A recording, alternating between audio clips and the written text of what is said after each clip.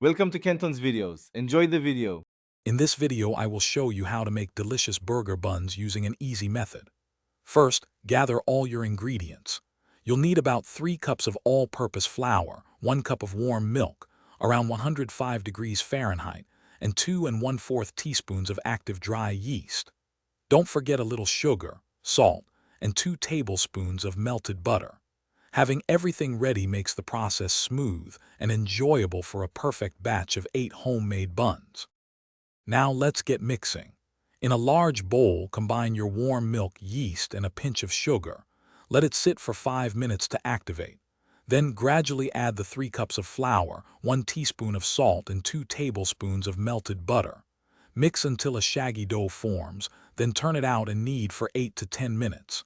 You're looking for a smooth, elastic dough that springs back when gently poked.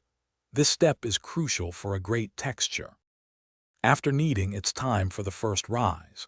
Place your dough in a lightly greased bowl, cover it, and let it rest in a warm spot for 1 to 1.5 hours. It should beautifully double in size. Once risen, gently punch down the dough and divide it into 8 equal pieces, each weighing approximately 3 ounces. Shape each piece into a smooth, round bun by tucking the edges underneath. This creates a nice, taut surface for baking.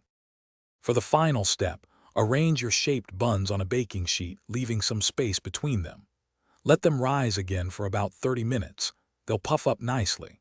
Before baking, brush the tops with an egg wash for that beautiful golden brown crust. Bake them in a preheated oven at 375 degrees Fahrenheit for 15 to 18 minutes. Once golden, transfer them to a wire rack to cool completely.